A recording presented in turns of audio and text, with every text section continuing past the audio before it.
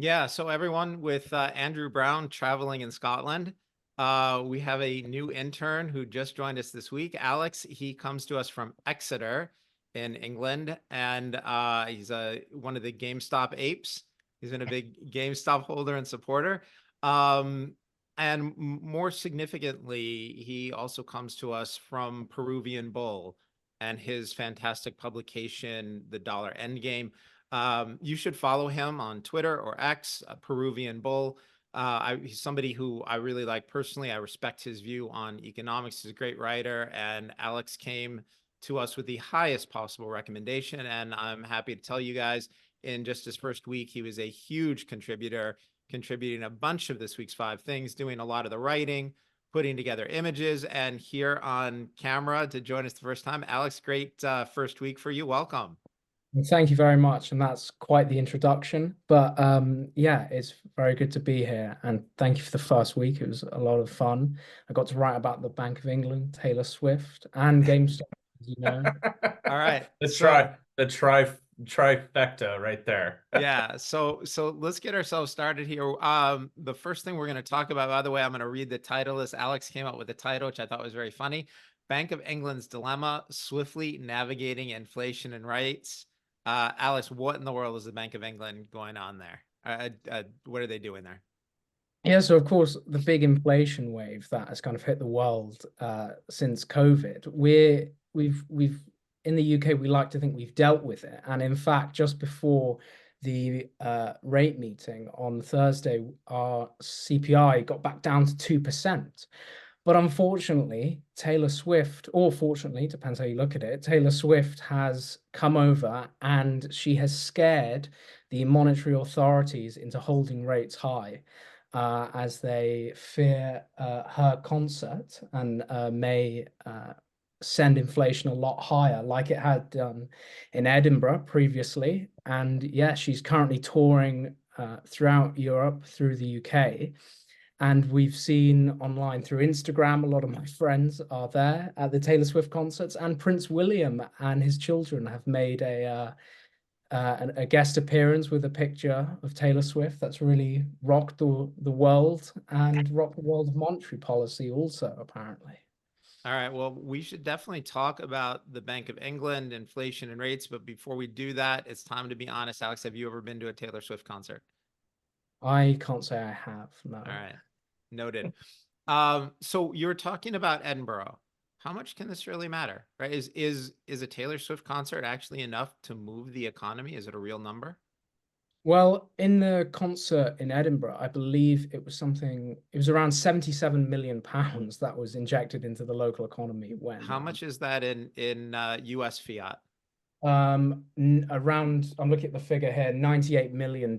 So it's quite significant. And the prediction for the UK and the kind of the south of the UK, England more specifically, was something around £1 billion, which is a lot more. A lot.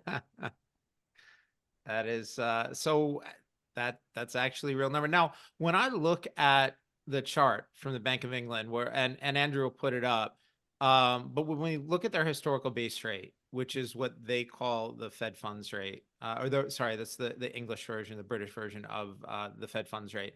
Right now, it's a little over 5%, I think 5.25. But if we look back, it was at that level, around 2007, 2008, 99, 2000, 97, it was 7.5%. Back as recently as 1990, that rate was at 15%. So, everybody's looking forward to them lowering rates, but are rates really that high on a historical basis? Well, no.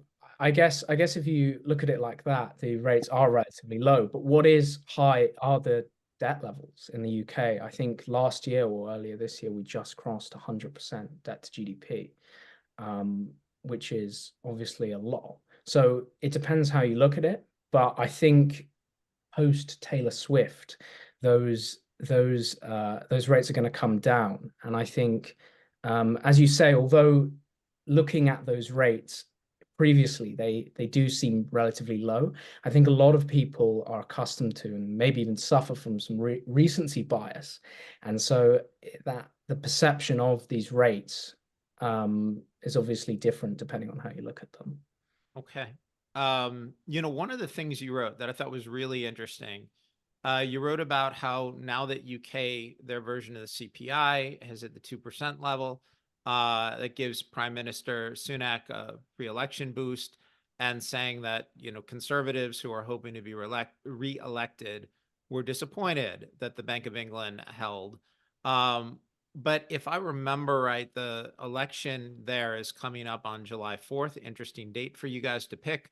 But the point of this is, you were saying conservatives were excited for the Bank of England to lower rates, disappointed that they didn't. But these things work on a lag, right? I mean, they could lower rates tomorrow, and it's not going to affect the economy fast enough to affect the election.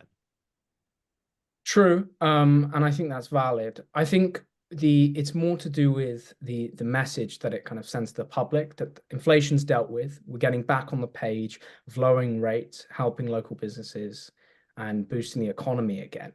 And since the Conservatives have been in, and all the Tories, that's what we would call them here, they've been in for many years now, a lot of people have kind of attributed all this inflation and all the economic problems to them.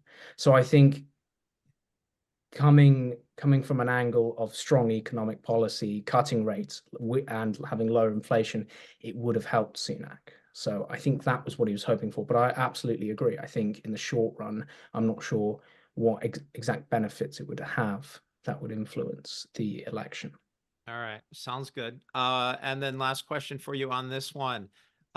With the election less than 2 weeks away, what's your prediction? Does Prime Minister Sunak have a shot at staying in office, or where do you think the House of Commons ends up in a couple of weeks? I think it won't be that close, and I think Labour will win, and we will have a Labour government for the next few years. All right. We'll bring you back in a couple of weeks to report on that.